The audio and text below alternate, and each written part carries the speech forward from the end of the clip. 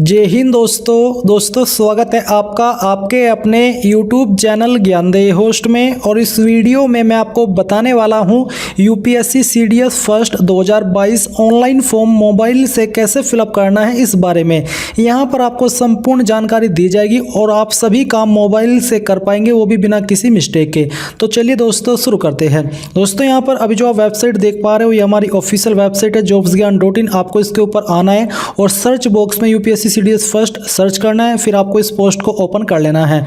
Post open होने के बाद आपके सामने भर्ती की एलिजिबिलिटी की जानकारी यहाँ पर आ जाएगी, जैसे कि कितनी वैकेंसी है, क्या क्वालिफिकेशन से आप अप्लाई कर पाएंगे, एप्लीकेशन फीस कितनी है, कब से लेकर के आप कब तक भर पाएंगे, कौन सी पोस्ट के लिए कितनी वैकेंसी निकाली गई है। तो आपको इन सभी जानकारी को चेक करते हुए नीचे आना है और नीचे आकर के अप्लाई ऑनलाइन लिंक इसके ऊपर क्लिक करना है।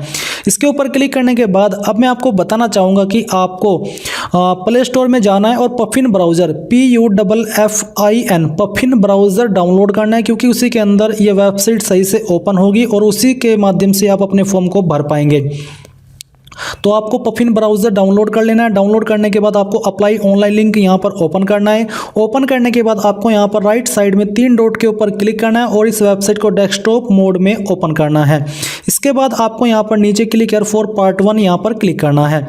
इसके ऊपर क्लिक करने के बाद आपके सामने इंस्ट्रक्शंस आ जाएंगे। आपको उनको चेक करते हुए नीचे आकर के यस के ऊपर क्लिक करना है। यस के ऊपर क्लिक करने के बाद यहाँ पर सबसे पहले आपको आपका नाम एंटर करना है। तो जो भी आपका नाम है 10th की मार्कशीट के अनुसार वो यहाँ पर आपको एंटर कर देना है। तो चलिए मैं इसको एंटर करके आपको दिखाता हूँ। फिर इसके बाद आपको आपका जेंडर सिलेक्ट करना है। इसके बाद डेट ऑफ बर्थ आपकी जो भी है और डेट ऑफ बर्थ आपको सिलेक्ट करनी है, पहले डे, इसके बाद में आपका मंथ और फिर जो भी आपका ईयर है वो ईयर आपको सिलेक्ट कर लेना है। फादर नेम एंटर कर दीजिए 10th की मार्कशीट के अनुसार ही। मदर नेम आपको एंटर करना है। नेशनलिटी में इंडियन रख लीजिए। स्टेटस आपको यहाँ पर क्लिक करके आपका सिलेक्ट करना है, जो भी आपका स्टेटस है वही आप चूज कर लीजिए। फिर आती है कम्युनिटी। तो आपको इसके ऊपर क्लिक करके यहाँ पर जो भी आपकी कास्ट कम्युनिटी है वो सिलेक्ट करना है। अगर आप जनरल सिलेक्ट करेंगे तो कोई अतिरिक्त ऑप्शन नहीं आएगा, बट अगर आप यहाँ पर ओबीसी सिलेक्ट करते हो तो आपके सामने आएगा कि क्या आप क्रीमी लेयर से बिलोंग करते हो ओबीसी में। अगर हाँ तो आपको यस करना होगा, नहीं तो आपको नो करना है। अब कुछ कैंडिडेट का सवाल ये होगा कि सर हमें कैसे पता होगा कि हम क्रीमी लेयर के अंदर आते हैं या फिर नहीं आते हैं। तो जो आपका कास्ट सर्टिफिकेट है जो कि सेंट्रल का होना चाहिए वो रीड करना है आपको, और उसी में आपको दिया गया होगा कि आपकी caste category OBC creamy layer में आती है या फिर नहीं आती है। उसके अकॉर्डिंग आपको यहाँ पर यस नो में आंसर करना है। अगर आप यहाँ पर नो करते हो तो फिर आपको यहाँ पर कम्युनिटी सर्टिफिकेट नंबर देना है।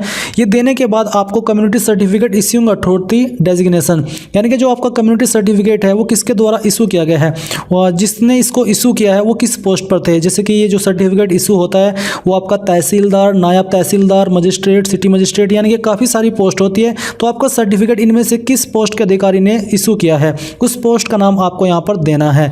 कम्युनिटी सर्टिफिकेट डेट, कभी आपका सर्टिफिकेट इशू हुआ है वो डेट आपको यहाँ पर सिलेक्ट करनी होगी।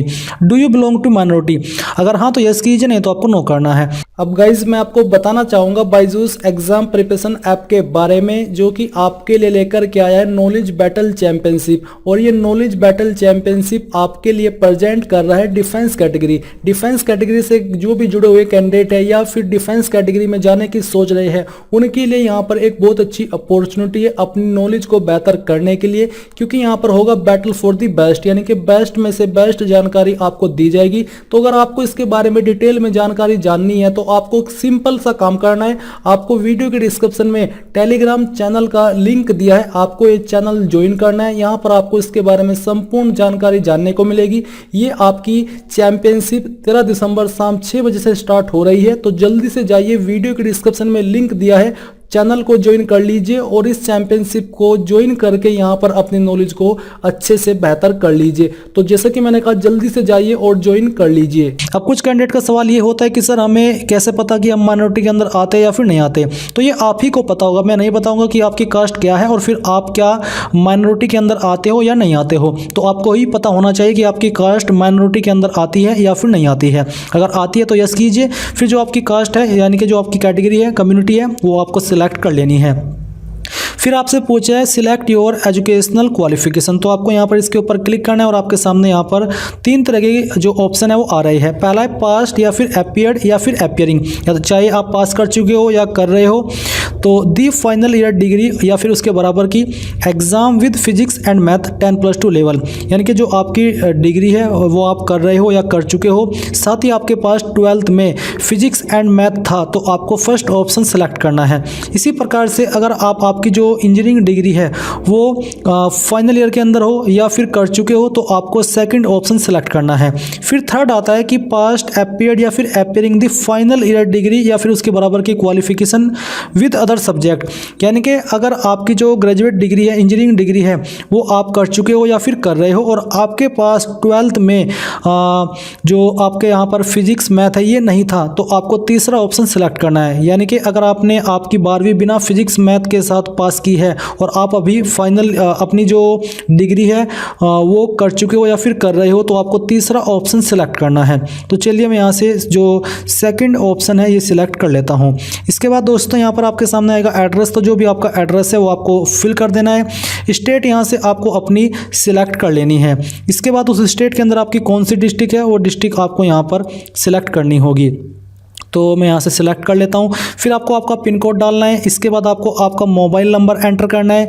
ईमेल आईडी यहाँ पर दे देनी है। इस ईमेल आईडी को दोबारा कंफर्म ईमेल आईडी के सेक्शन में डाल करके वेरीफाई करना है। अल्टरनेटिव ईमेल, अगर आप इस ईमेल आईडी के अलावा कोई और भी देना चाहते तो यहाँ पर दे सकते हैं, नहीं तो आप इस ऑप्शन को खाली भी छोड़ सकते हैं। अब जो भी जानकारी आपने यहाँ पर भरी है इनको चेक कीजिए और चेक करने के बाद कंटिन्यू के ऊपर क्लिक कर दीजिए। अब यहाँ पर दोस्तों आपके सामने कुछ ऐसा सेक्शन आ जाएगा जहाँ पर आपको फोटो आइडेंटिटी कार्ड के बारे में पूछा है। तो आपको यहाँ पर इसके ऊपर क्लिक करके कोई एक आईडी सिलेक्ट कर लेनी है। आपके पास इनमें से कोई एक आईडी होनी चाहिए। तो मैंने यहाँ पर पैन कार्ड सिलेक्ट किया है। इसके बाद जो भी आईडी आप सिलेक्ट करते हो उसका जो आईडी नंबर है वो नंबर यहाँ पर आपको एंटर करना है। उसको दोबारा डाल करके आपको वेरीफाई करना है। फिर यहाँ पर दोस्तों आपसे पूछा कि सम्मिलित रक्षा सेवा परीक्षा के लिए विशिष्ट विवरण। तो यहाँ पर है कि क्या आपके पास DGCA भारत द्वारा जारी वैध एवं वाणिज्यिक पायलट लाइसेंस है तो यस कीजिए, नहीं तो आपको नो करना है। इसके बाद प्रेफरेंसेस, आपको किसको कितनी प्रेफरेंसेस देनी है। जिसको आपको जितनी प्रेफरेंस देनी है उसके सामने 1 लिखेंगे, सेकंड वाले के सामने 2 लिखेंगे, फिर 3, फिर 4। जिसको आपको नहीं देनी है उसमें आप 0 भर दीजिएगा। जैसे कि मैं यहाँ पर 1 लिखता हूँ, इसके बाद यहाँ पर मैं 0 लिखता हूँ, फिर यहाँ पर मैं 2 लिखता हूँ और इसके बाद यहाँ पर मैं 3 लिख देता हूँ। अगर आपकी जो आपने क्वालिफिकेशन सिलेक्ट की है उसके अकॉर्डिंग आप किसी एक पर अप्लाई करने के लिए एलिजिबल होगे तो आपको अभी यहीं पर जैसे आप कंटिन्यू के ऊपर क्लिक करेंगे आपको बता दिया जाएगा।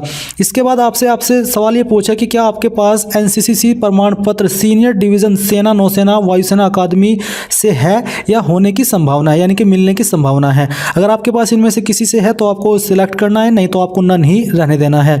फिर आपसे पूछा कि क्या सैन्य बल में कार्यरत है, यानी कि अगर आप आर्म फोर्स के अंदर सेवा कर रहे हैं तो आपको यस करना है, नहीं तो नो ही रहने देना है।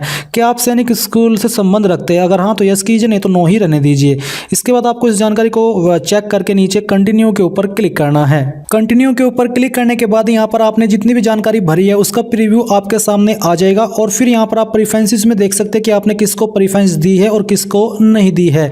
इसके बाद अगर आप कोई जानकारी चेंज करना चाहते हैं, आपको लगता है गलत हो गई है, तो आप अपडेट के ऊपर क्लिक करके इसको अपडेट कर लीजिए। नहीं तो यहाँ पर आपको जो कैप्चा देखने को मिल पा रहा है, कैप्चा यहाँ पर फिल करना है और फिल करने के बाद यहाँ पर नीचे आई एग्री के ऊपर क्लिक करना है। अब यहाँ पर दोस्तों आप लोग देखेंगे कि आपका जो रजिस्ट्रेशन है वो हो चुका है और आपको उसकी जानकारी यहाँ पर दी गई है। बट मैं आपको बता दूं कि अगर आप इस फॉर्म को जनरल OBC से भर रहे हैं तो आपको पहले पेमेंट के पेज पर ट्रांसफर किया जाएगा और पेमेंट फीस यानी कि पेमेंट जमा होने के बाद आपके सामने ऐसा इंटरफेस आएगा। अब आपको यहाँ पर प्रिंट स्लिप के ऊपर क्लिक करके इस जानकारी को प्रिंट कर लेना है क्योंकि ये महत्वपूर्ण जानकारी है। इसके बाद आपको यहाँ पर click here for part 2 registration, इसके ऊपर क्लिक करना है।